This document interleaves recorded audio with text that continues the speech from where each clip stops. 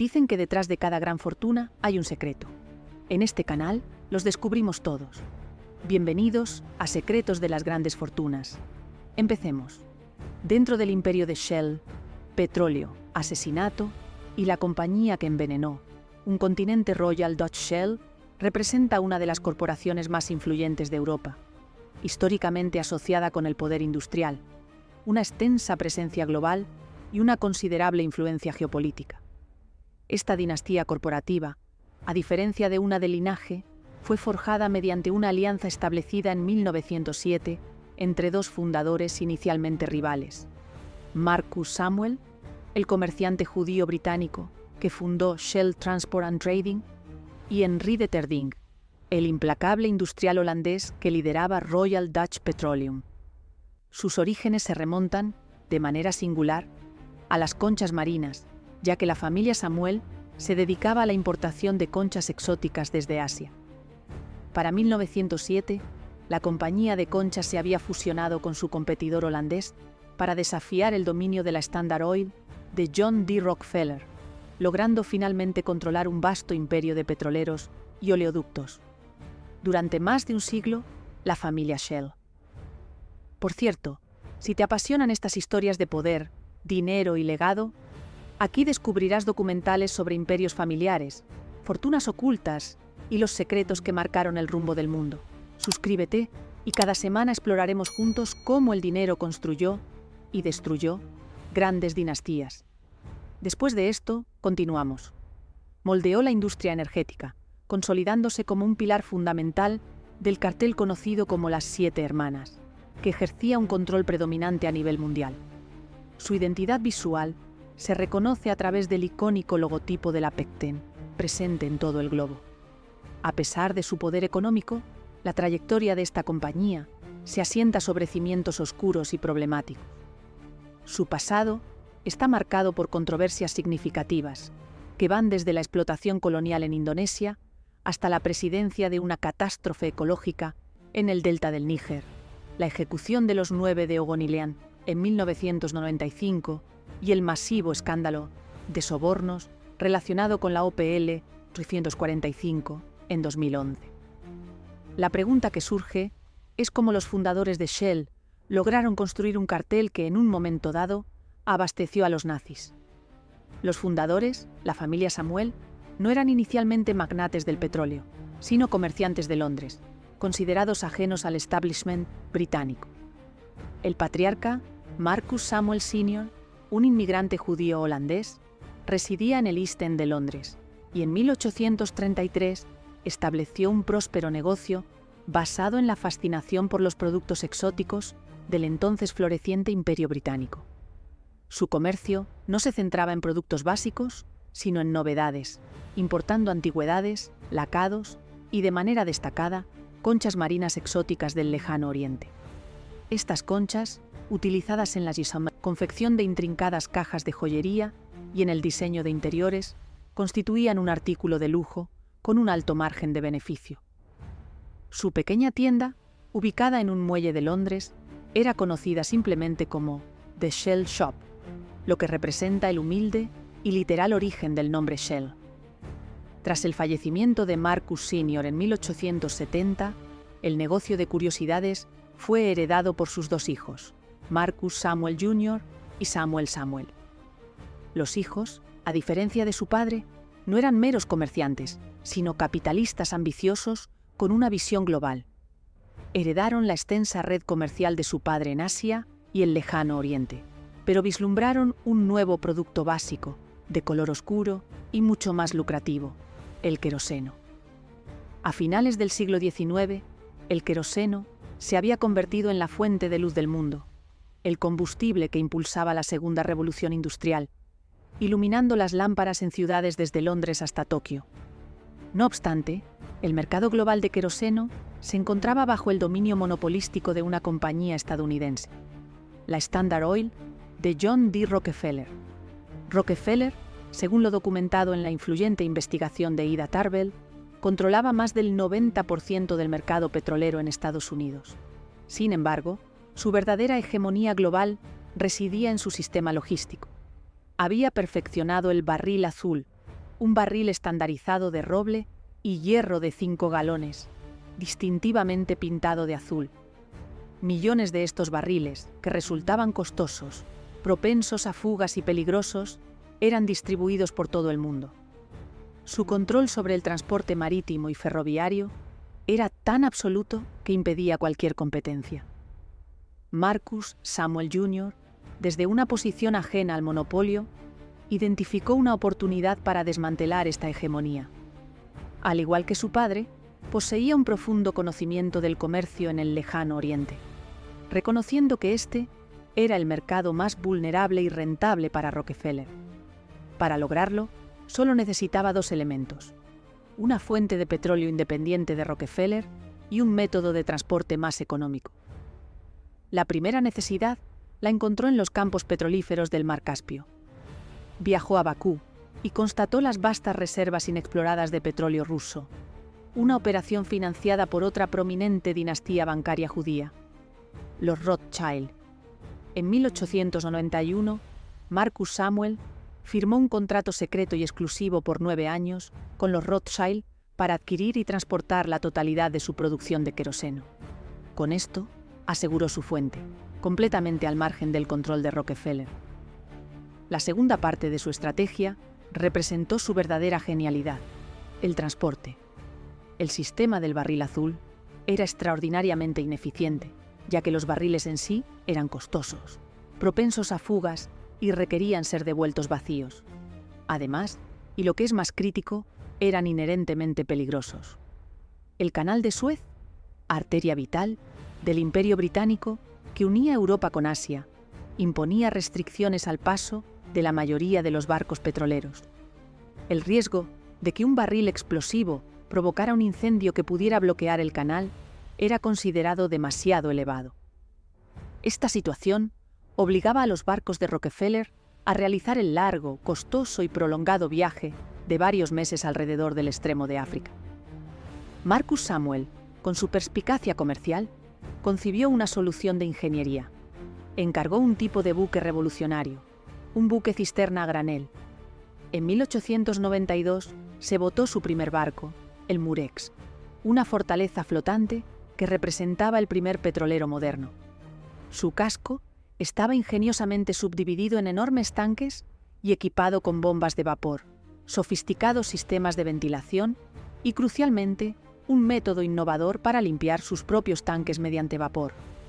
Esta innovación significaba que el buque no solo era más seguro, sino que también podía transportar petróleo a Asia y, después de una rápida limpieza con vapor, regresar a Europa con arroz o té, eliminando así el costoso viaje de vuelta con la embarcación vacía.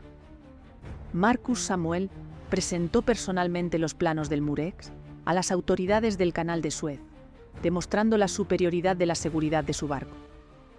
Las autoridades, en una decisión que tendría un impacto global, se convencieron y otorgaron al Murex el primer permiso en la historia para que un petrolero a granel transitara por el Canal de Suez. Este único acto constituyó una declaración de intenciones, ya que Marcus Samuel, de un solo golpe, había desestabilizado el monopolio global de Rockefeller.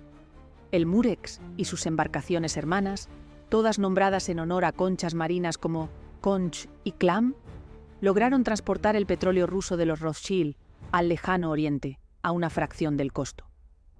Los gastos de transporte de Samuel se estimaban entre un 40 y un 50% por debajo de los de Standard Oil. Rockefeller, con sus lentos y costosos barriles azules, no podía competir. En 1897, Marcus Samuel formalizó la creación de su nueva empresa, la Shell Transport and Trading Company, estableciendo una dinastía fundada no en la producción de petróleo, sino en la eficiencia logística.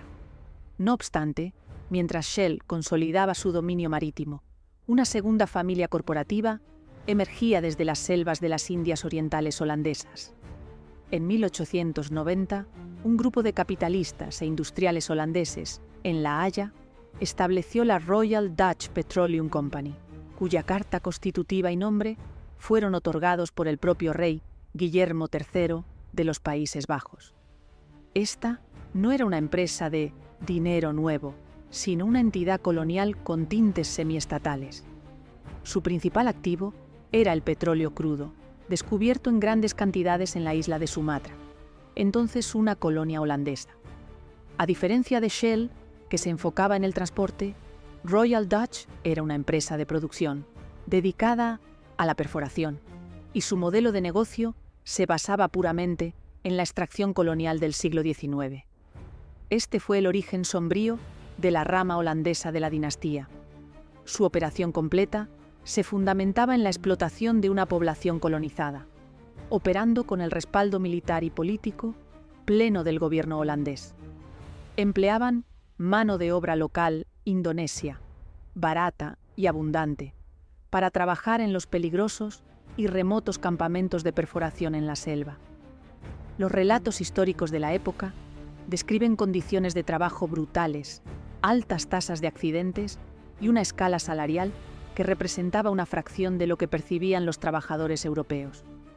Este fue el pecado original de la Casa Royal Dutch, un modelo de negocio que concebía la tierra y las poblaciones del mundo en desarrollo como recursos prescindibles, un esquema que más tarde exportarían con una eficiencia devastadora a África y Oriente Medio. Royal Dutch se consolidó rápidamente como un productor formidable, con vastos campos petrolíferos en Sumatra y Borneo. Sin embargo, su liderazgo recayó en un hombre destinado a convertirse en el Napoleón del petróleo, una figura que marcaría la industria petrolera del siglo XX, Henri de Terding. De Terding era un banquero holandés brillante, ambicioso y absolutamente implacable, quien se unió a Royal Dutch en 1896 y asumió el cargo de director gerente en 1900. Dotado de un genio organizacional y una estrategia fría, examinó el mapa global y detectó dos amenazas existenciales. La principal y más grande era la Standard Oil de Rockefeller, que inundaba Asia con petróleo estadounidense barato en un intento de llevar a la bancarrota a Royal Dutch. La segunda, más inmediata, era la Shell Company de Marcus Samuel. Shell y Royal Dutch se encontraban inmersas en una guerra de precios autodestructiva en el lejano oriente.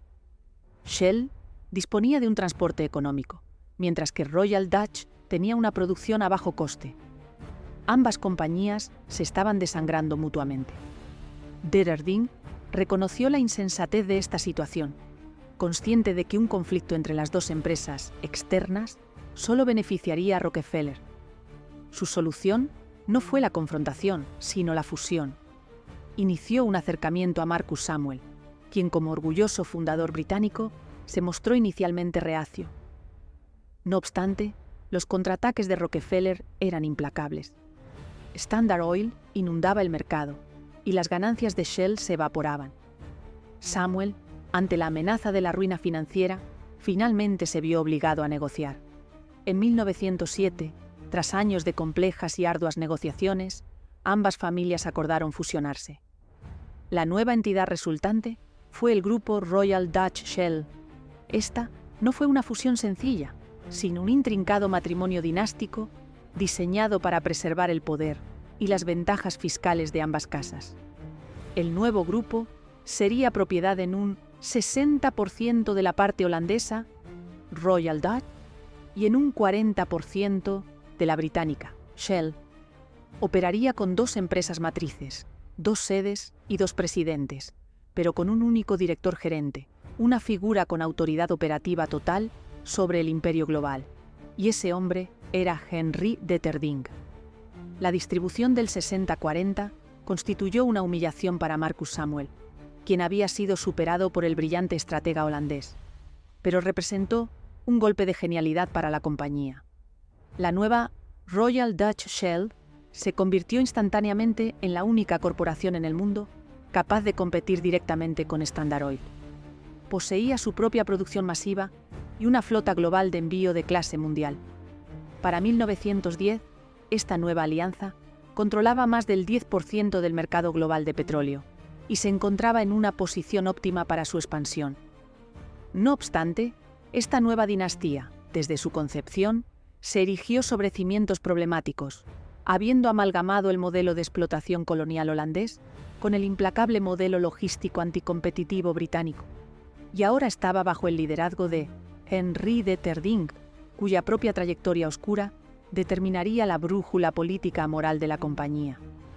Si bien la genialidad inicial de Marcus Samuel se centró en el transporte, la de Deterding radicó en la consolidación y la exploración.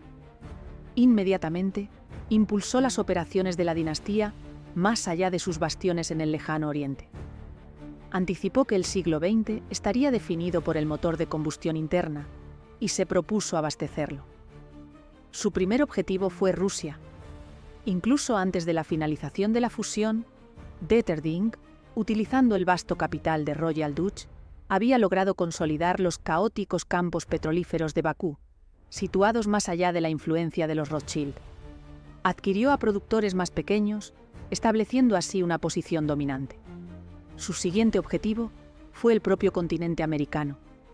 Deterding era consciente de que no podía superar a Rockefeller en sus territorios tradicionales de Pensilvania u Ohio, por lo que dirigió su atención a donde se estaban descubriendo nuevas reservas de petróleo, los campos prósperos y sin ley de Oklahoma y Texas.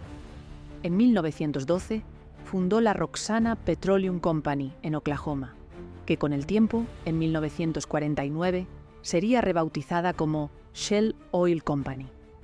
Este movimiento representó una invasión directa y audaz en el continente de origen de Rockefeller.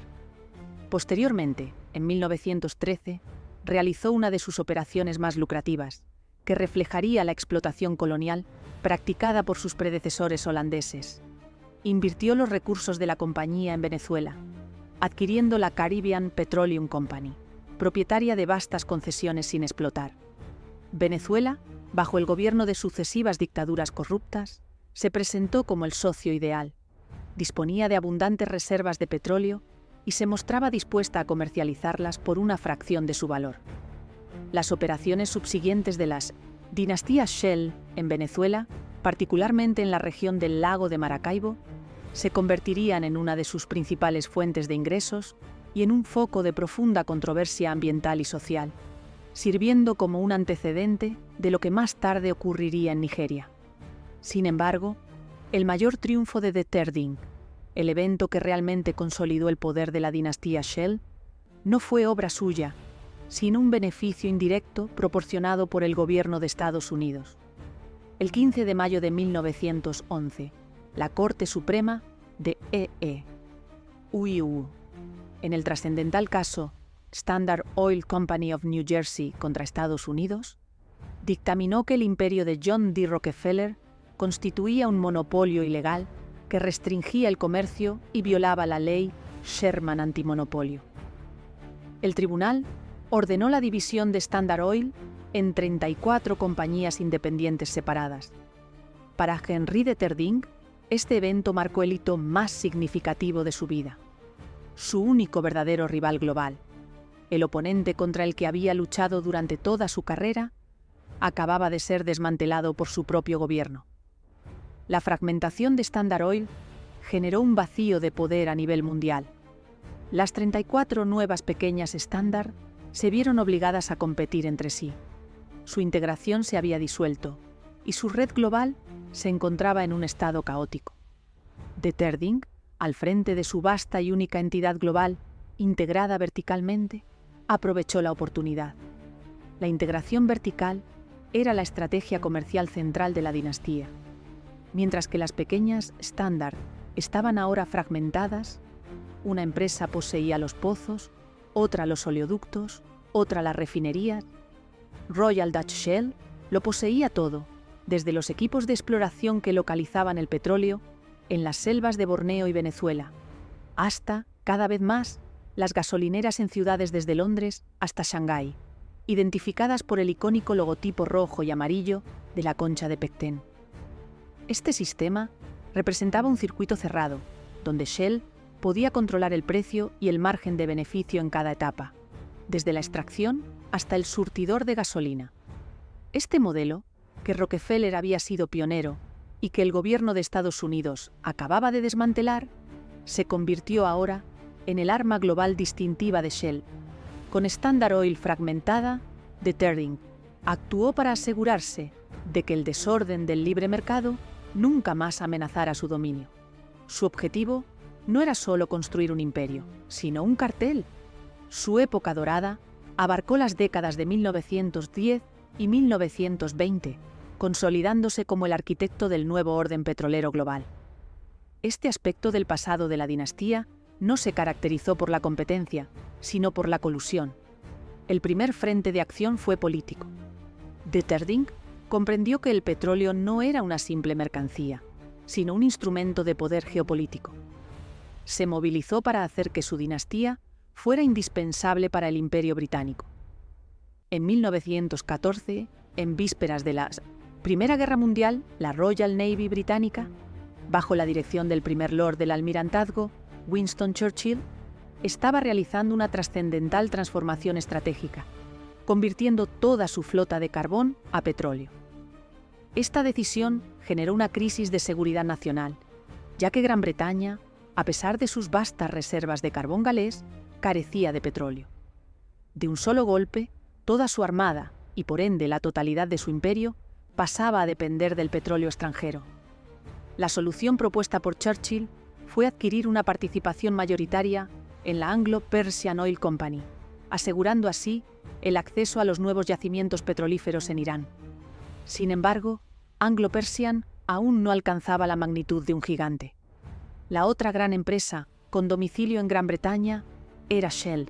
Detterding, quien se había naturalizado como ciudadano británico y había sido condecorado por sus servicios, posicionó su mitad británica como un socio patriótico. Cabildeó eficazmente al gobierno británico, garantizando que su dinastía se consolidaría como un proveedor principal y fiable para la Royal Navy, asegurando así al cliente militar más poderoso del mundo. Su segundo y más discreto acto de colusión fue con sus competidores. El antiguo orden dominado por Standard Oil había desaparecido.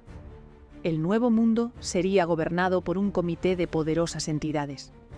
Este comité sería conocido como las 7 hermanas, las 7 grandes compañías petroleras, que durante los siguientes 50 años controlarían el suministro mundial de petróleo. Shell, BP, Exxon, Mobil, Chevron, Gulf y Texaco. Henry Detterding asumió la presidencia no oficial de este nuevo cartel global.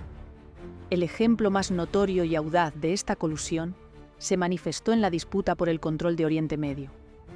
Tras la Primera Guerra Mundial, el Imperio Otomano fue desmembrado y sus provincias ricas en petróleo fueron apropiadas por británicos y franceses.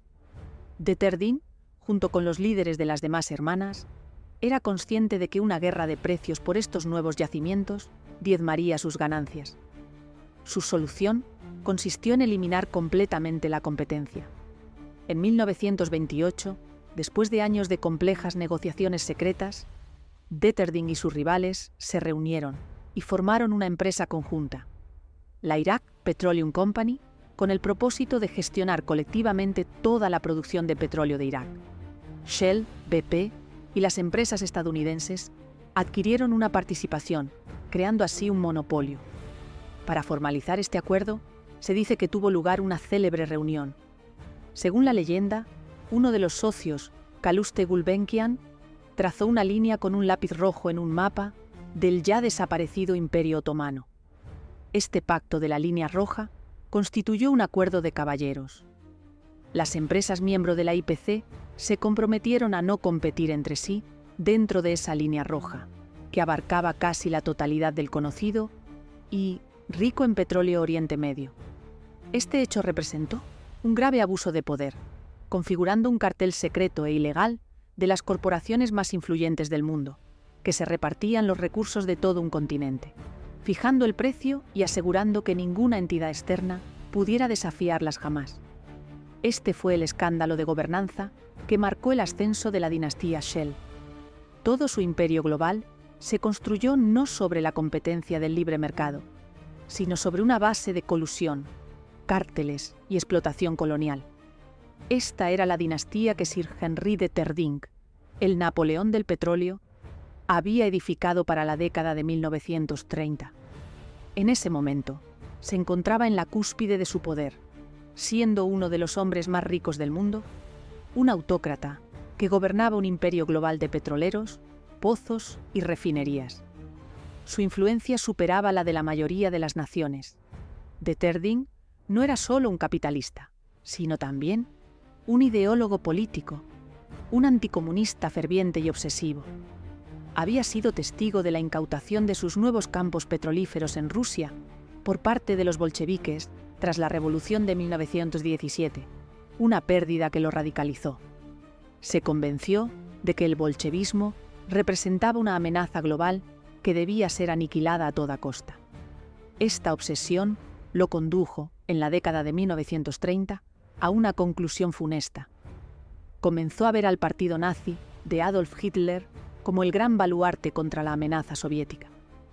En 1934, de Terding, en ese momento, una de las personas más poderosas del mundo, se reunió personalmente con Hitler y empezó a utilizar los vastos recursos de Royal Dutch Shell para apoyar al régimen nazi.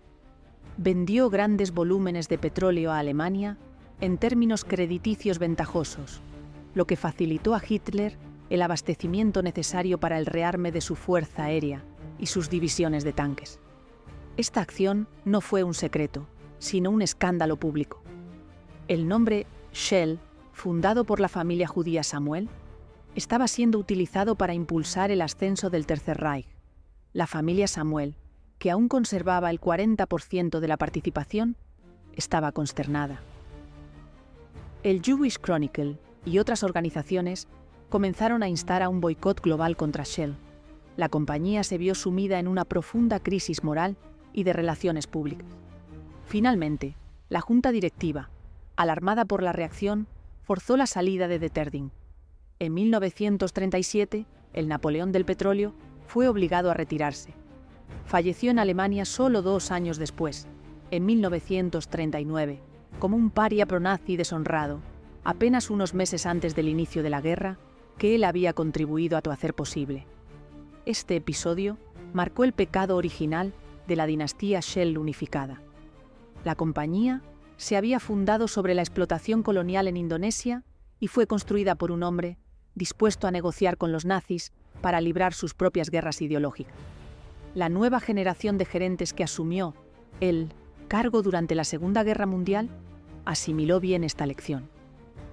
La compañía, al igual que su rival suiza Nestlé, operó en ambos frentes. Fue un proveedor crucial de combustible para los aliados, pero sus subsidiarias en territorio ocupado por Alemania continuaron operando, abasteciendo la maquinaria de guerra nazi. La filosofía central de la dinastía quedó entonces grabada en piedra. El beneficio, el pragmatismo y la influencia política estaban por encima de todo.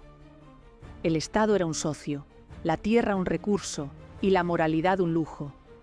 Fue este ADN amoral, perfeccionado, el que la compañía llevó a la era de la posguerra, al iniciar su fatídica expansión en un nuevo territorio inestable y rico en petróleo, el delta del Níger. La cuestión de por qué esta empresa, de 100.000 millones de dólares, habría necesitado la muerte de un poeta no violento, surge en el contexto de la consolidación de la dinastía Royal Dutch Shell. Forjada por el pragmatismo pronazi de Henry de Terding y la explotación colonial en Indonesia, la empresa entró en la era posterior a la Segunda Guerra Mundial como un coloso global. El cartel de las 7 hermanas, en cuya configuración Shell había tenido un papel decisivo, ejercía un control absoluto sobre el suministro mundial de petróleo. El liderazgo bicéfalo de la compañía, con sedes en Londres y La Haya, y ahora gestionado por una nueva generación de directivos profesionales y discretos, había perfeccionado el arte del poder silencioso.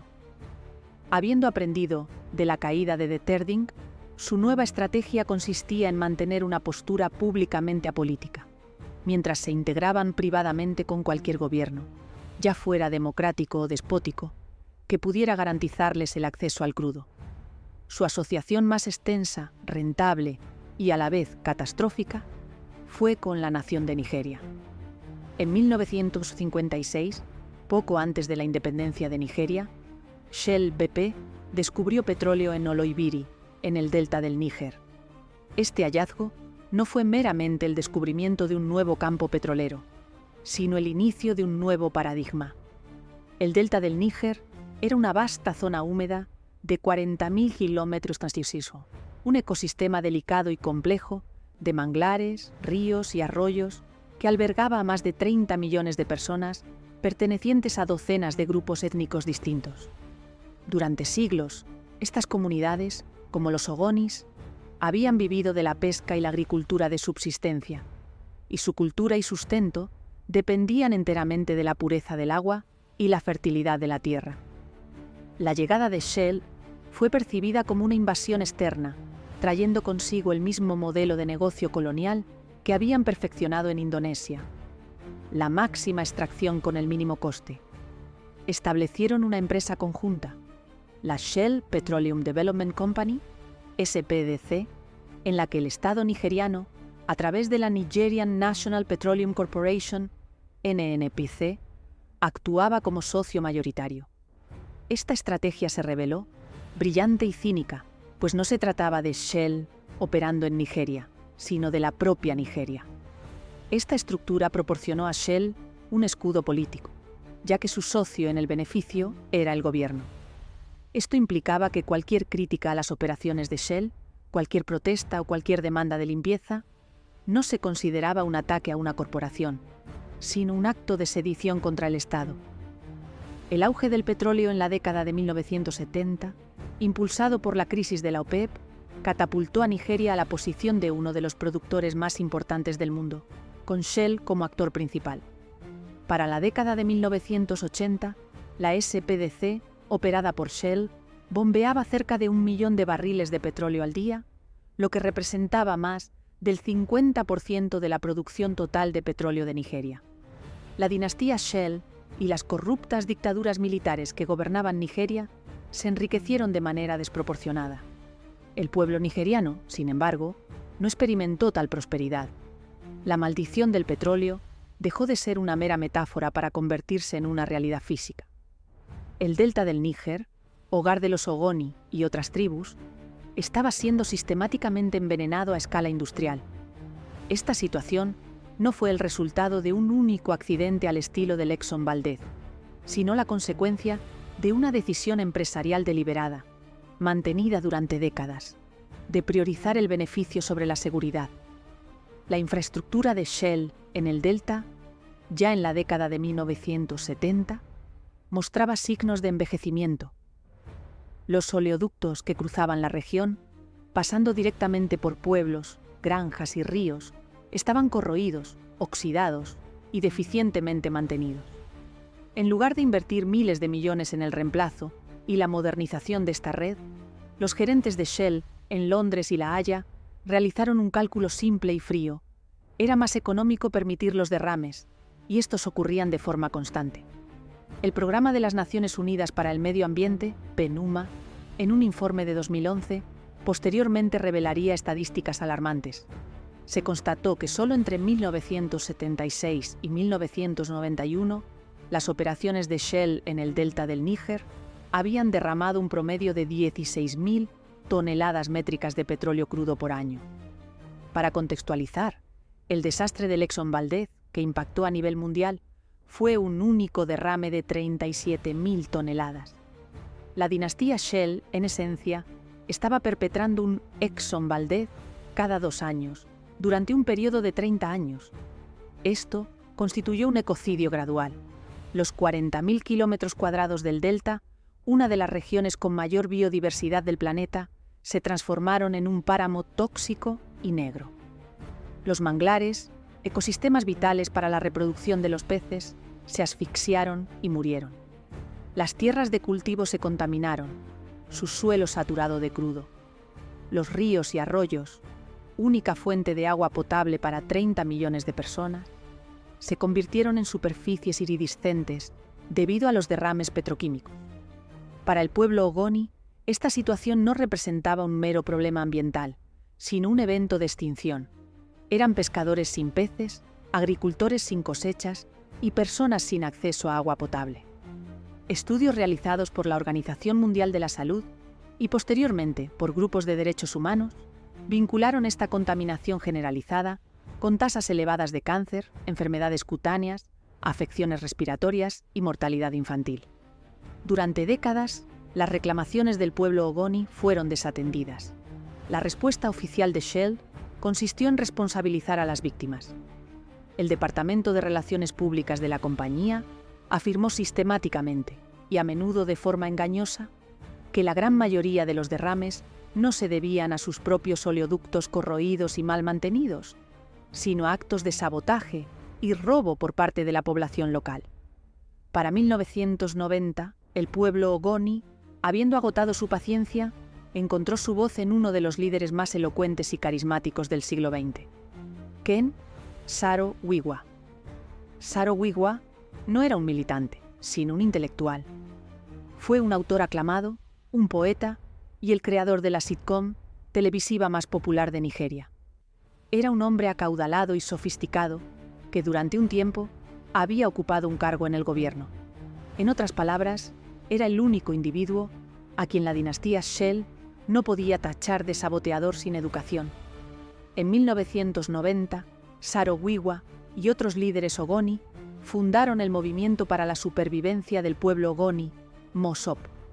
Su plataforma, la Carta de Derechos de los Ogoni, no constituía una llamada radical a la revolución, sino una demanda sencilla, desesperada y arraigada en principios capitalistas.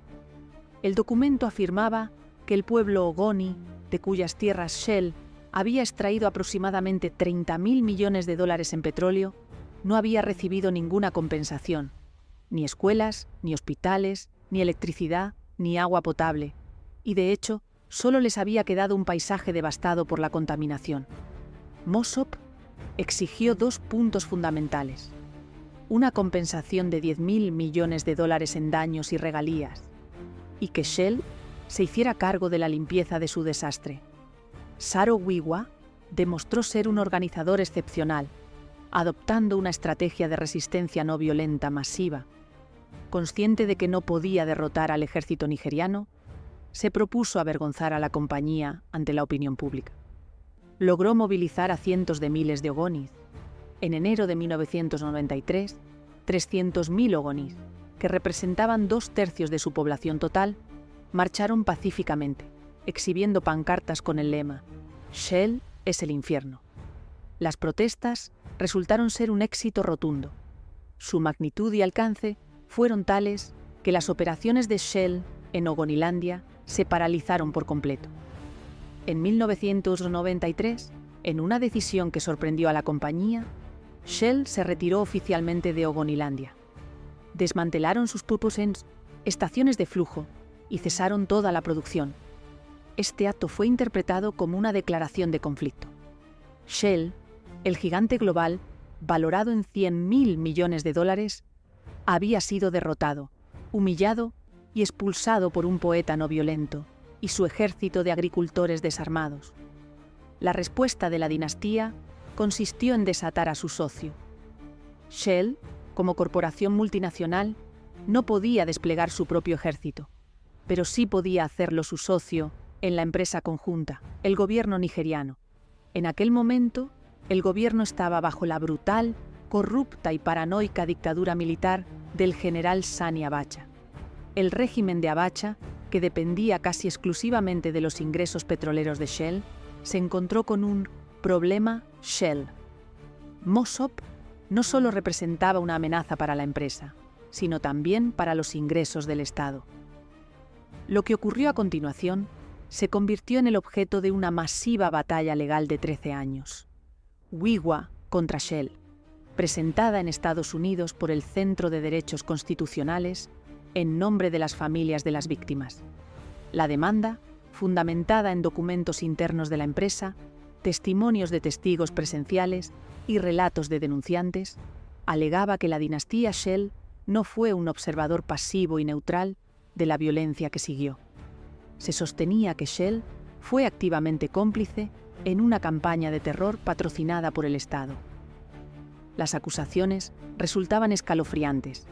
La demanda afirmaba que Shell proporcionó apoyo logístico y financiero al ejército nigeriano y a su notoriamente brutal Grupo de Trabajo de Seguridad Interna, una unidad apodada la Policía de Matar y Seguir.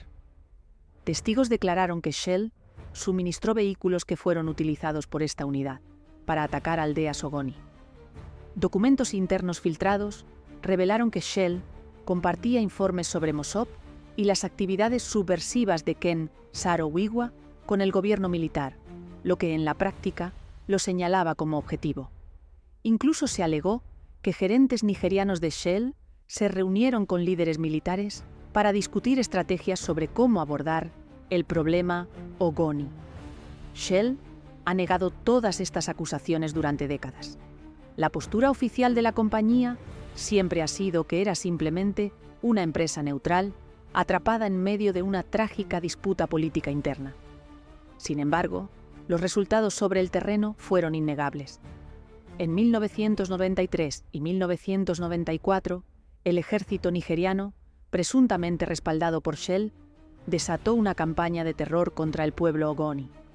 Según Human Rights Watch y Amnistía Internacional, esta campaña no fue una acción policial, sino una operación de tierra quemada. Soldados barrieron Ogonilandia, incendiando aldeas, violando sistemáticamente a mujeres y ejecutando sumariamente a partidarios de Mossop. Un informe de Human Rights Watch de 1999 estimó que más de 2.000 Ogonis fueron asesinados en esta represión. Posteriormente, en mayo de 1994, el régimen de Abacha encontró su pretexto. Un grupo de 4 jefes Ogonis conservadores, considerados afines a Shell, fueron asesinados por una multitud de jóvenes Ogonis. Las circunstancias de este incidente fueron, y siguen siendo, misteriosas. Ken Saro-Wiwa ni siquiera se encontraba en el pueblo en ese. Por cierto, si te interesa entender cómo nacieron las grandes fortunas, los imperios empresariales y las familias que dominaron la historia, en este canal, cada semana, te esperan historias reales que mezclan ambición, poder y destino. Suscríbete y descubre los secretos que cambiaron el curso del mundo. Volvamos al tema. Momento. Estaba haciendo campaña activamente contra la violencia. No obstante, al gobierno de Abacha no le importó. Inmediatamente, arrestaron a Ken Saro-Wiwa y a otros 8 líderes de Mossop. Los 9 de Ogoni, como se les conoció, fueron acusados de incitar a los asesinatos. El juicio subsiguiente, celebrado ante un tribunal militar especial secreto, resultó ser una farsa, un mero espectáculo judicial. Más tarde, se demostró que los testigos de la acusación habían sido sobornados por el gobierno, y estos mismos testigos testificaron posteriormente en la demanda de E.U., que representantes de Shell habían estado presentes cuando se ofrecieron dichos sobornos. La comunidad internacional expresó su indignación. Amnistía Internacional declaró a los 9 de Ogoni prisioneros de conciencia. El mundo percibía que se trataba de un asesinato político, un asesinato judicial. Este momento fue crítico para la dinastía Shell, ya que la compañía, y solo la compañía, poseía el poder para detenerlo. El régimen de Abacha era un estado paria, y los ingresos petroleros de Shell constituían su única tabla de salvación. Una única declaración pública de la Junta de Shell en Londres, una amenaza de revisar sus operaciones o detener la producción a menos que Saro-Wiwa recibiera un juicio civil justo, casi con certeza, le habría salvado la vida. El mundo aguardaba. Grupos de derechos humanos, el Papa, el gobierno británico y el Departamento de Estado de Usali imploraron a la dirección de Shell que interviniera. La dinastía Shell, bajo la guía de su junta, permaneció inactiva. Su respuesta fue una escalofriante muestra de lenguaje corporativo. Emitieron un comunicado afirmando que no interferirían en los procesos legales soberanos de una nación y que la diplomacia silenciosa era el único camino. Este silencio fue interpretado, a ojos del mundo, como una complicidad activa. Shell, que supuestamente había proporcionado los vehículos que aterrorizaron a los Ogonis, ahora brindaba la cobertura política que permitiría la ejecución de su líder. El 10 de noviembre de 1995, Ken Saro-Wiwa y los otros 8 líderes de Mossop fueron ahorcados por el gobierno militar nigeriano. La ejecución, según los informes, fue fallida, requiriendo que Saro Wiwa fuera ahorcado en 5 ocasiones antes de fallecer. Sus últimas palabras, según se relata, mientras era conducido a la horca, fueron una maldición directa a sus verdugos. Señor, toma mi alma, pero la lucha continúa. La maldición de Shell se había materializado de forma literal. El nombre Royal Dutch, un símbolo de la industria europea, se convirtió entonces, en la prensa global, en el rostro de un verdugo corporativo. La indignación internacional fue instantánea y total. Nigeria fue suspendida de la Commonwealth y Shell, por primera vez, se convirtió en un paria global. Greenpeace y Amnistía Internacional lanzaron un boicot mundial a los productos de Shell. El lema «Boicot a Shell» se transformó en el grito de guerra del naciente y creciente movimiento antiglobalización. El Financial Times informó de una caída del 5% en las ventas en Europa, ya que los consumidores abandonaron la marca con disgusto. La dinastía Shell se encontraba en una situación crítica. El nombre Shell, originado en una pacífica concha marina victoriana, ahora era sinónimo de asesinato corporativo, ecocidio y un poeta asesinado. La respuesta de la empresa familiar consistió en una lenta y multimillonaria operación de control de daños que se extendió por décadas. En 2009, tras 13 años de contienda legal, Shell finalmente acordó resolver el caso Wiwa contra Shell fuera de los tribunales, pagando $15,5 millones a las familias de los 9 de Ogoni. Sin embargo, en una maniobra legal clásica y cínica, el acuerdo no incluyó ninguna admisión de responsabilidad. El dinero, según afirmaron, fue un gesto humanitario, no una confesión. Simultáneamente, incrementaron sus actividades filantrópicas. El Fondo de Desarrollo Comunitario de Shell Nigeria, existente desde hace años, se transformó en una máquina de relaciones públicas de alto perfil, con un presupuesto anual de $100 millones, dedicada a la construcción de escuelas, hospitales y proyectos de suministro de agua.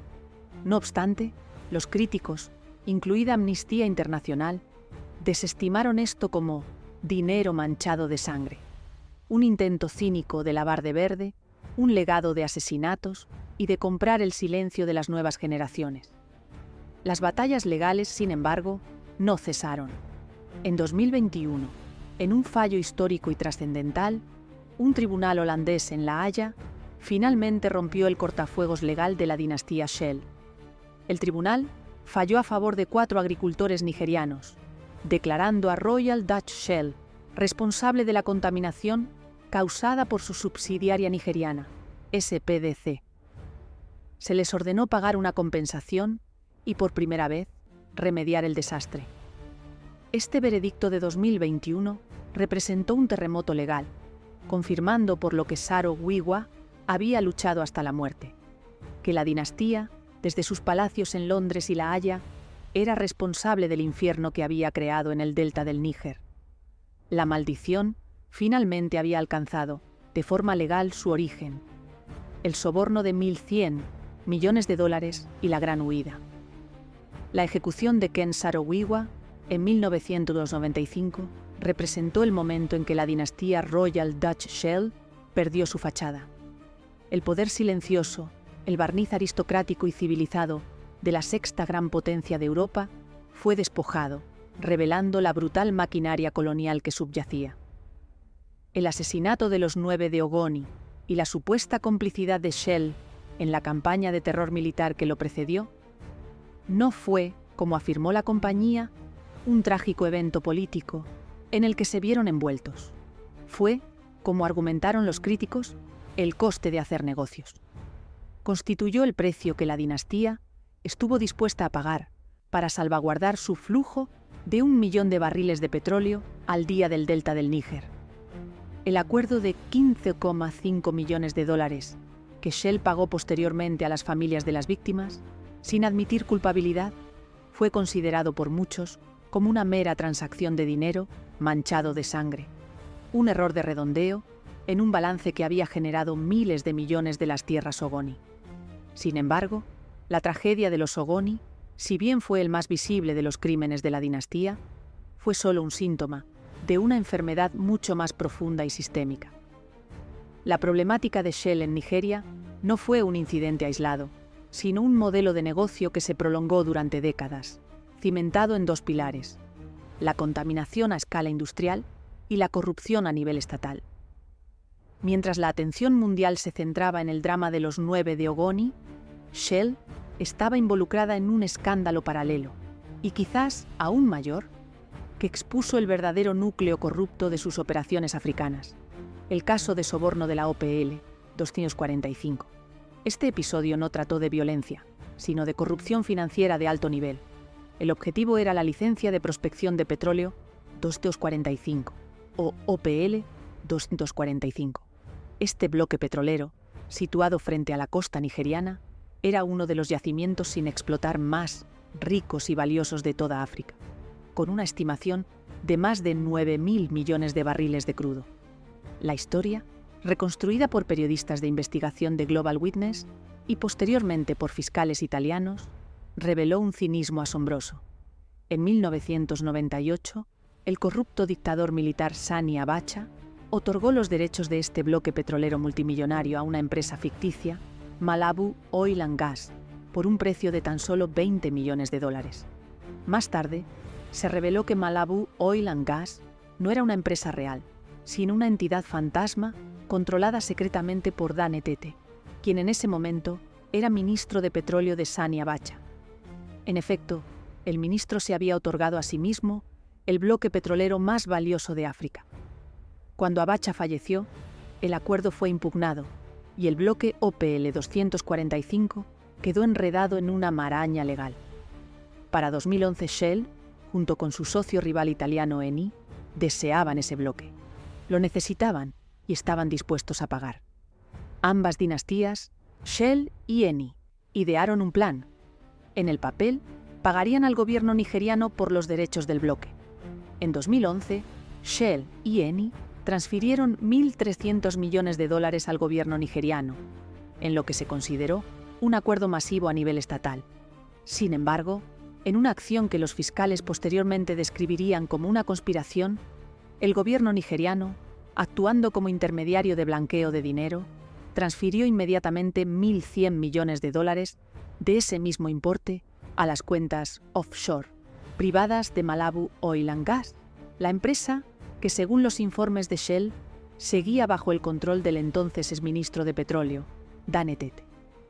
La dinastía Shell no había adquirido un campo petrolífero de Nigeria, sino que, como alegó Global Witness, había participado a sabiendas en un soborno de $1.100 millones, un pago masivo a un exfuncionario corrupto para asegurar un activo codiciado. Este episodio representaba el sistema Shell en su manifestación más pura. No se trató de la violencia burda de la represión de Ogoni, sino de la corrupción sofisticada, discreta y legalista propia de las salas de juntas. El escándalo estalló. En 2017, fiscales italianos en Milán llevaron a juicio a Shell, Eni y a varios de sus principales ejecutivos por soborno y corrupción internacional. El juicio se prolongó durante años, constituyendo una investigación exhaustiva y minuciosa sobre el funcionamiento interno de la dinastía. En 2021, en un veredicto sorprendente, el tribunal italiano absolvió a todos los ejecutivos. Los jueces dictaminaron que, aunque el acuerdo era opaco y el pago a Etete éticamente cuestionable, los fiscales no habían demostrado más allá de toda duda razonable que Shell y sus ejecutivos tuvieran conocimiento de que los $1.100 millones constituían un soborno. La dinastía había prevalecido una vez más. Su ejército de abogados y su intrincada estructura corporativa la habían protegido, pero la victoria se percibió como hueca. El juicio había expuesto al mundo la totalidad de la metodología cuestionable de la empresa. El Departamento de Justicia de EEUU, en 2021, impuso a Shell una multa de $48 millones por su participación en un esquema de soborno nigeriano diferente, aunque relacionado. En 2022, la Oficina de Fraudes Graves del Reino Unido multó a Shell con $30 millones por pagos corruptos en Angola. El caso OPL 245 no fue una excepción, sino la norma. El negocio familiar de la dinastía en África, según alegaron los críticos, se cimentó sobre una base de soborno sistémico, un costo inherente a la actividad comercial que simplemente se incluía en sus estados de pérdidas y ganancias. Mientras esta corrupción financiera era expuesta en los tribunales de Milán, la corrupción ambiental en el delta del Níger estaba haciendo metástasis. El informe del PNUMA de 2011, la autopsia oficial de la ONU sobre Ogonilandia tras la partida de Shell, constituyó un documento de horror puro. Confirmó todo por lo que Ken Saro-Wiwa había sido ahorcado. La ONU descubrió que la contaminación no se limitaba a unos pocos derrames por sabotaje, sino que era sistémica, generalizada y catastrófica. Se constató que el agua subterránea, única fuente de agua potable para miles de ogonis, estaba contaminada con hidrocarburos a niveles 900 veces superiores a los estándares de agua potable segura de la OMS. El informe concluyó que una restauración ambiental completa de Ogonilandia sería el proyecto de esta índole más grande jamás intentado, requiriendo 30 años y una inversión inicial inmediata de $1.000 millones solo para comenzar. El fallo judicial holandés de 2021 había, por primera vez, hecho que la empresa matriz en La Haya fuera legalmente responsable de este desastre. La dinastía Shell se encontraba entonces en una situación comprometida. Enfrentaba miles de millones en reclamaciones legales por el caso de los 9 de Ogoni, miles de millones en posibles multas por el escándalo de la OPL 245, y ahora una responsabilidad estimada en más de $100.000 millones para sanear 60 años de contaminación en el delta. La dinastía, fiel a sus raíces pragmáticas y amorales, respondió no con remordimiento, sino con una nueva estrategia: la gran huida. En 2024, Shell anunció la venta de toda su filial nigeriana onshore, la SPDC, incluyendo los oleoductos, los pozos, las estaciones de flujo y, crucialmente, toda la responsabilidad legal y ambiental a un consorcio de empresas locales más pequeñas por la irrisoria cifra de $2.400 millones. Este fue el acto final y cínico de la problemática de Shell. La compañía, que había extraído decenas, quizás cientos de miles de millones de dólares en ganancias del delta del Níger durante más de 60 años, ahora estaba abandonando la región. Como declaró Amnistía Internacional, escapaba de una factura de limpieza que superaba los $100.000 millones. Estaban desinvirtiendo, conservando las ganancias, pero transfiriendo el problema ambiental. Dejaban a los 30 millones de habitantes del delta del Níger en un páramo tóxico, ahora propiedad de una empresa nueva y más pequeña que carecía tanto de los recursos como de la obligación de sanearlo. Este acuerdo comercial, considerado por algunos como quizás el más brillante y perverso en sus 500 años de historia, encapsula el escándalo de gobernanza de Shell. No se trató simplemente de un desliz aislado, como el caso de Ken Saro-Wiwa, o de un soborno puntual, como el de la OPL 245. Fue una estrategia corporativa multigeneracional de explotación sistémica. Implicó el abuso del medio ambiente, derramando el equivalente a un Exxon Valdez cada pocos años, y luego simulando las limpiezas, como alegó una investigación de la BBC en 2024. Fue el abuso de la población local, donde, según la Fundación para la Salud de la Madre Tierra, las tasas de cáncer en el delta se han disparado un 40%. Asimismo, representó el abuso de la economía, donde, según el Banco Mundial, la tasa de pobreza en el delta, a pesar de ser rico en petróleo, ha aumentado un 50% a medida que las operaciones de Shell y sus socios gubernamentales corruptos desviaron toda la riqueza. La dinastía de gerentes profesionales en Londres y La Haya había perfeccionado el arte del poder silencioso. No presentaban emperadores desquiciados como los Claudios, ni reyes criminales como Michael Milken. Su naturaleza era peor: una burocracia sin rostro, sin nombre, amoral, una empresa familiar cuyo único valor era el resultado económico final. Sus víctimas no eran solo unos pocos inversores o un único activista asesinado, sino una nación entera y todo un ecosistema, dejados permanentemente envenenados para que la dinastía Shell pudiera seguir abasteciendo al mundo. La desintegración personal y pública de una dinastía. La dinastía Royal Dutch Shell nunca fue una familia de sangre, sino una dinastía de gerentes, una familia corporativa construida sobre un pacto de 1907 entre los Samuel británicos y la Casa Real holandesa. Esta naturaleza implicaba que las tragedias personales de la dinastía no eran tema de tabloides. No había divorcios escandalosos, hijos perdidos en comas o herederos disputando una herencia.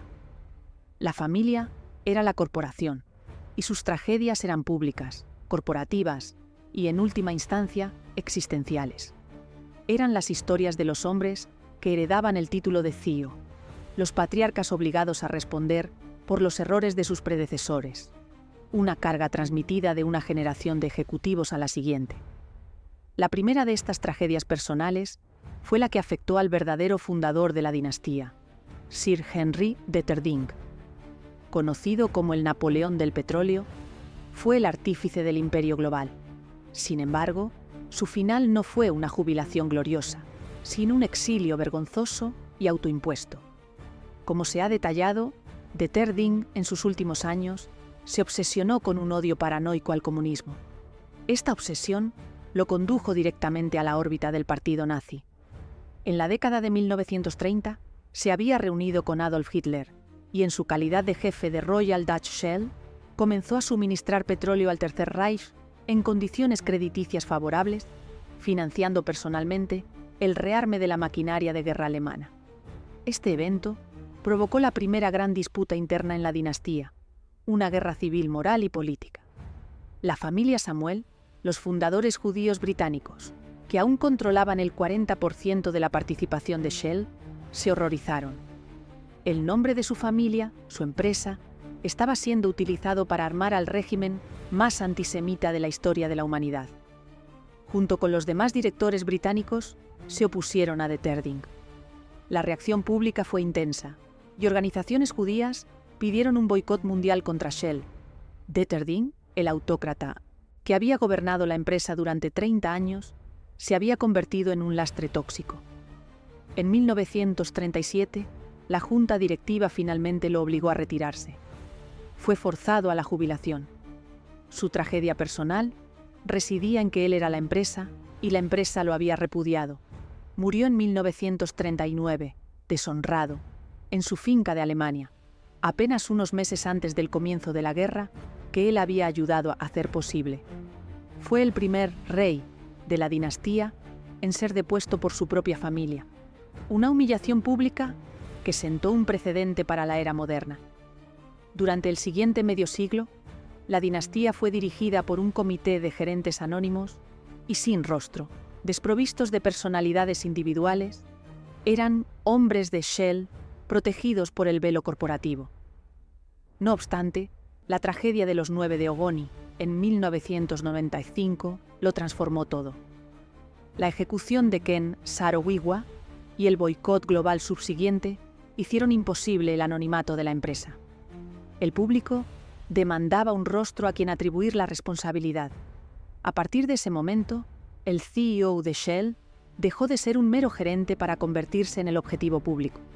El individuo obligado a responder personalmente por las acciones pasadas de la dinastía. Esta fue la tragedia personal que heredó Ben van Beurden, el CEO holandés que dirigió Shell de 2014 a 2023. No era un varón ladrón, sino un ejecutivo moderno y pulido. Sin embargo, se encontraba al frente de la compañía cuando se presentó la factura por 60 años de contaminación y corrupción. Su mandato se definió por un ataque público constante, brutal y profundamente personal. El respeto del que habían gozado sus predecesores había desaparecido. Se convirtió en el objetivo del nuevo movimiento global contra el cambio climático. Los errores cometidos en el delta del Níger se fusionaron con la preocupación existencial más amplia sobre el papel de Shell en la crisis climática. Esta nueva contienda no se libró únicamente mediante demandas legales, sino también a través de la humillación. En la Junta General Anual de 2019, un evento corporativo tradicionalmente formal, Van Beurden fue recibido con una protesta a gran escala, en la que activistas de Greenpeace y otros grupos irrumpieron en el edificio. No solo protestaron, sino que lanzaron pintura, desplegaron pancartas, se adhirieron a las puertas y gritaron a los ejecutivos, calificándolos de criminales climáticos. Ben Van Beurden, el CEO multimillonario, se vio obligado a permanecer sentado, con el rostro marcado por la furia, mientras los activistas lo tildaban de monstruo. Esta fue la nueva tragedia personal de la dinastía Shell. El líder ya no era una figura venerada e intocable, sino un villano público, un individuo que podía ser objeto de ataques con pintura o insultos, de la misma manera que el emperador Vespasiano había sido apedreado con nabos. Sin embargo, la verdadera amenaza ya no provenía únicamente de la multitud exterior, sino del seno de la propia familia. Las disputas internas que desmembraron a la dinastía en el siglo XXI no se centraron en la moralidad, sino en cuestiones financieras. Los accionistas de la compañía, los primos y parientes de esta familia corporativa, se encontraban en abierta rebelión. En 2021, el fondo de inversión activista Third Point, liderado por el notorio Daniel Loeb, adquirió una participación masiva en Shell. Loeb no era un ecologista, sino un capitalista que percibía a Shell como un activo heredado disfuncional, muy similar a las antiguas empresas que él mismo había intervenido. El argumento de Loeb, expuesto en una carta pública, sostenía que Shell intentaba ser dos empresas al mismo tiempo y fracasaba en ambas. La sucia empresa tradicional de petróleo y gas y una nueva empresa de energía limpia y renovable. Por ello, exigió que Shell se dividiera. Argumentó que la empresa debería separarse en dos entidades, dividiendo lo contaminante de lo limpio, como única forma de liberar valor para los accionistas. Esto constituyó una profunda guerra civil dinástica, donde la familia estaba en conflicto consigo misma, argumentando que todo su modelo diversificado de las 7 hermanas estaba obsoleto. La disputa interna ya no versaba sobre un CEO afín al nazismo, sino sobre la propia existencia de la empresa, que contaba con 114 años de historia. Mientras Van Beurden se defendía de los inversores, también perdía en los tribunales. El fallo judicial holandés de 2021, que declaró legalmente responsable a la empresa matriz de La Haya por la contaminación en Nigeria, fue un revés legal significativo. Pero una segunda bomba legal, aún más devastadora, había caído. En 2021, un tribunal holandés, en un caso histórico presentado por el grupo ecologista Client Earth, ordenó a Royal Dutch Shell que redujera sus emisiones globales de carbono en un 45% para 2030. Esto no fue una multa, sino la imposición de un juez a la dinastía sobre cómo debía operar su negocio. Representaba una amenaza existencial. El tribunal, en efecto, había declarado ilegal todo el modelo de negocio centenario de Shell: encontrar, bombear y vender petróleo. Esto sentó las bases para la desintegración final y más humillante de la dinastía. La compañía estaba bajo ataque por todos los flancos.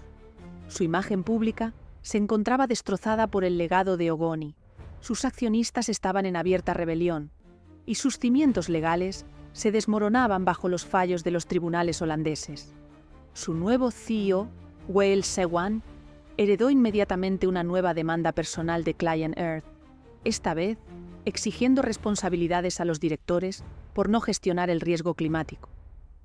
La dinastía, acorralada y desangrándose, realizó un último movimiento desesperado. Decidieron borrar su propia identidad. En enero de 2022, la compañía anunció que abandonaría su estructura familiar bicéfala de 115 años. Dejaría de ser Royal Dutch Shell, una compañía de 2 naciones con sedes en Londres y La Haya. Abandonaría la designación Royal Dutch y se retiraría de La Haya, la misma ciudad donde Henry de Terding había construido su imperio. Consolidaría todas sus operaciones en Londres y se rebautizaría simplemente como Shell plc. Esto no fue una mera simplificación corporativa, como afirmó el equipo de relaciones públicas de la compañía. Esto fue una rendición. Fue una desintegración simbólica total de la familia. El nombre Royal Dutch, que una vez había significado la noble herencia de la dinastía y su protección de la corona holandesa, se había convertido en una carga tóxica. Era el nombre que había sido derrotado en un tribunal holandés por agricultores nigerianos. Huir de La Haya fue un acto de desesperación legal, un intento de escapar de la jurisdicción que se había atrevido a pedirles cuentas. El nombre Shell, legado de la familia judía británica Samuel, era todo lo que quedaba, pero este nombre también estaba estigmatizado. Era el nombre que los Ogoni habían coreado. Shell es el infierno. La dinastía, en un acto final y cínico, se había desintegrado a sí misma. Había aniquilado su propia mitad, Royal Dutch, abandonado su sede holandesa y se había transformado en una única entidad británica racionalizada, con la esperanza de que, al cambiar su nombre y dirección, pudiera eludir su propio pasado. Esta fue la respuesta definitiva de la familia a las tragedias personales de sus líderes. Cuando Henri de Terding fue deshonrado, se le retiró. Cuando Ben van Beurden fue humillado por los manifestantes y derrotado en los tribunales, la propia empresa retiró su propia identidad. No obstante, esta estratagema corporativa se combinó con su otra respuesta clásica, la filantropía. La dinastía siempre había utilizado sus brazos caritativos para limpiar su reputación.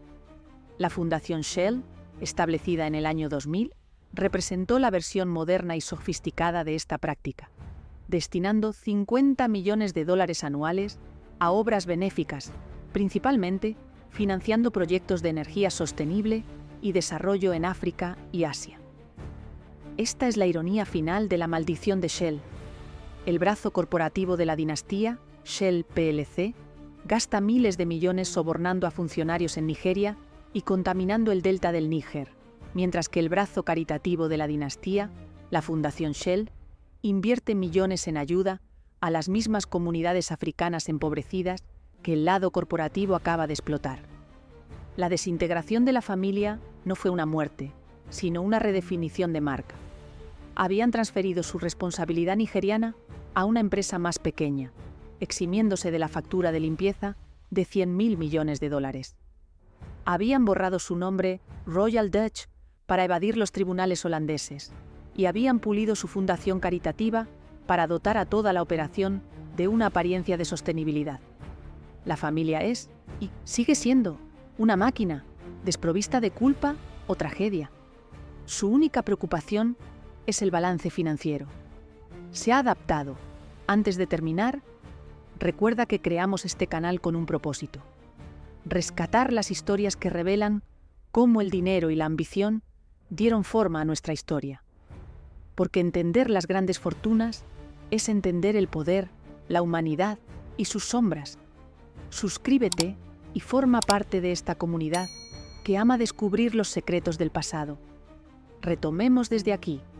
Ha mudado su antigua piel y continúa, como lo ha hecho durante 120 años, obteniendo ganancias de las invenciones destructivas y la extracción irresponsable que definieron a sus fundadores, dejando a su paso un legado de ruina social y ambiental. El veredicto final sobre un crimen de 120 años.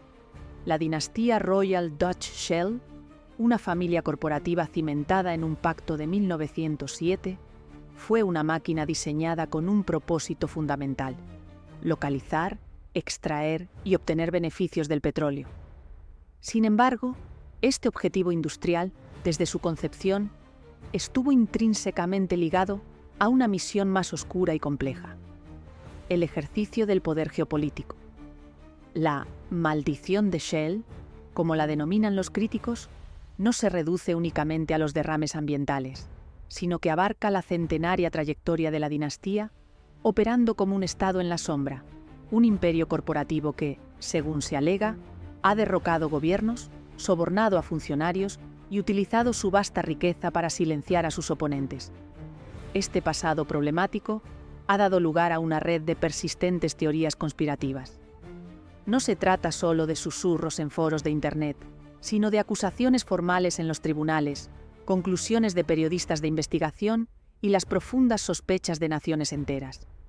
La pregunta central sobre el legado de Shell no es si contaminaron, lo cual es un hecho probado y cuantificable. La pregunta es si son solo una corporación o una empresa criminal. La conspiración más potente y condenatoria es la más plausible, que Shell no solo permitió la ejecución de Ken Saro-Wiwa, sino que la orquestó activamente. La narrativa oficial de la compañía, mantenida por Shell en los tribunales durante 30 años, es que fueron un actor neutral, una simple empresa comercial atrapada en medio de una trágica disputa política interna entre el pueblo ogoni y la dictadura militar de Abacha. Afirmaron haber practicado una diplomacia silenciosa en un intento de salvar a Saro-Wiwa, pero que su interferencia habría sido inapropiada. No obstante, la evidencia presentada en el juicio Wiwa contra Shell y documentada por organizaciones como Human Rights Watch y Amnistía Internacional esboza un panorama mucho más sombrío. Esta narrativa sugiere que Shell, indignada por la protesta de Mossop, que les había restado beneficios en Ogonilandia, había evolucionado de ser un socio del Estado a controlar el Estado. Las acusaciones, que Shell continúa negando, son específicas. Alegan que Shell proporcionó apoyo logístico y material al Grupo de Trabajo de Seguridad Interna del Ejército Nigeriano, la unidad Kill and Go, que aterrorizó a los Ogoni. Testigos declararon que vehículos con la marca Shell fueron utilizados por esta unidad para atacar aldeas. Memos internos, filtrados a la prensa, supuestamente muestran a ejecutivos de Shell compartiendo inteligencia de seguridad sobre los movimientos subversivos de Ken Saro-Wiwa directamente con el gobierno militar, señalándolo efectivamente como objetivo. La acusación más contundente, proveniente de testigos en el juicio de Wiwa, fue que representantes de Shell habían estado presentes en reuniones militares donde se discutió el problema Ogoni y, aún más impactante, habían presenciado el ofrecimiento de sobornos en efectivo a los falsos testigos que luego testificarían contra Saro-Wiwa en su juicio militar simulado. En esta versión de los hechos, el silencio de Shell en 1995, su negativa a utilizar su inmenso poder económico para detener la ejecución, no fue un acto diplomático, sino de colusión. Fue la última firma silenciosa en una sentencia de muerte que habían contribuido a redactar. Esta teoría de la conspiración, que sostiene que Shell participó activamente en el asesinato judicial de un activista pacífico, constituye la base del movimiento moderno Boicot a Shell. Esta narrativa de poder en la sombra se extiende mucho más allá de Nigeria. Existen rumores persistentes, aunque menos documentados, sobre el pasado oscuro de la dinastía. Algunos historiadores, como los citados por Marxist.org, señalan el golpe de Estado en Irán en la década de 1950, respaldado por la CIA y el MI6, que derrocó al democráticamente elegido Mohammad Mossadegh. El crimen de Mossadegh fue su plan de nacionalizar los campos petrolíferos de Irán, que estaban controlados por la Anglo-Persian Oil Company, socia de Shell, en el cártel de las Siete Hermanas. El golpe, que reinstauró al Shah, fue una operación de inteligencia conjunta, pero una que, según los críticos, fue fuertemente impulsada y benefició a las dinastías petroleras, incluida Shell. Estas teorías, ya sean probadas o no, apuntan a la misma incómoda verdad. El verdadero poder de la dinastía Shell no residía en una conspiración secreta y clandestina, sino que era, y es, el propio modelo de negocio. El sistema Shell representó una perfección de la puerta giratoria que otras dinastías como Bechtel habían iniciado. La empresa no necesitaba sobornar a todos los funcionarios, simplemente los contrataba. Se integró tan profundamente en los gobiernos del mundo que la línea entre el interés corporativo y el interés nacional se difuminó de manera conveniente. Este es el poder blando que define su influencia moderna. Mientras el público se enfoca en el poder duro de los derrames de petróleo y las ejecuciones, Shell libra una guerra mucho más efectiva y sutil en los pasillos de Bruselas, Londres y Washington DC. La compañía gasta millones de dólares cada año en un ejército de cabilderos. Su labor, como detalla en el registro de transparencia de la UE y el Centro de Política Responsable de EU, consiste en combatir, debilitar y retrasar cualquier legislación significativa sobre el cambio climático. Presionan para proteger sus masivos subsidios a los combustibles fósiles y para asegurar que cualquier ley ambiental esté llena de resquicios para la captura de carbono y el gas natural. Su poder blando también se manifiesta en el ámbito académico. La dinastía, a través de la Fundación Shell y su vasto presupuesto de investigación corporativa, financia estudios sobre el clima y la energía en las universidades más prestigiosas del mundo, incluido el MIT. Esta estrategia, según los críticos, es profundamente cínica, ya que permite a Shell lavar de verde su reputación, asociando su logotipo con la investigación de energía limpia. También les permite cooptar el diálogo, desviando la investigación académica de la detención de la perforación hacia soluciones tecnológicas de las que la propia Shell puede beneficiarse. Y lo que es más importante, les permite captar a la próxima generación de científicos brillantes, ofreciéndoles salarios sustanciales para que trabajen en energía limpia para el mayor contaminador del mundo. Este, entonces, es el veredicto final sobre la dinastía Royal Dutch Shell. Las teorías conspirativas que afirman que Shell es una cábala secreta que asesina a sus enemigos son, como han señalado los historiadores de Global Witness, en gran medida una distracción. El verdadero escándalo no está oculto, se halla a la vista, plasmado en sus propios documentos judiciales e informes financieros. El pago de 1.100 millones de dólares por el bloque petrolero OPL de 245 en Nigeria no fue una conspiración. Fue, como expusieron los fiscales italianos, un soborno documentado, canalizado a través de un gobierno corrupto a una empresa fantasma. El fallo judicial holandés de 2021 no fue una conspiración, sino la constatación probada de que la empresa matriz en La Haya era legalmente responsable del envenenamiento de las granjas nigerianas. El verdadero crimen de la dinastía no es un acto aislado, sino el sistema en sí mismo. El legado de Marcus Samuel y Henri de Terdink es una empresa familiar de 120 años que ha perfeccionado el arte de privatizar el beneficio y socializar el coste. Privatizaron los beneficios del delta del Níger, extrayendo decenas de miles de millones de dólares, y socializaron el coste, dejando al pueblo nigeriano una factura de limpieza ambiental de 100.000 millones de dólares, un legado de cáncer y una nación vaciada por la misma corrupción que el dinero del petróleo alimentó. La dinastía, en última instancia, no posee lazos de sangre ni una familia que sienta vergüenza. Es una máquina. El legado de la familia Shell constituye una profunda y continua lección sobre el complejo e incontrolable poder de la corporación multinacional moderna. Una dinastía que, según los críticos, envenenará voluntariamente un continente para abastecer al mundo y luego utilizará las ganancias para adquirir su propia coartada de limpieza y apariencia verde.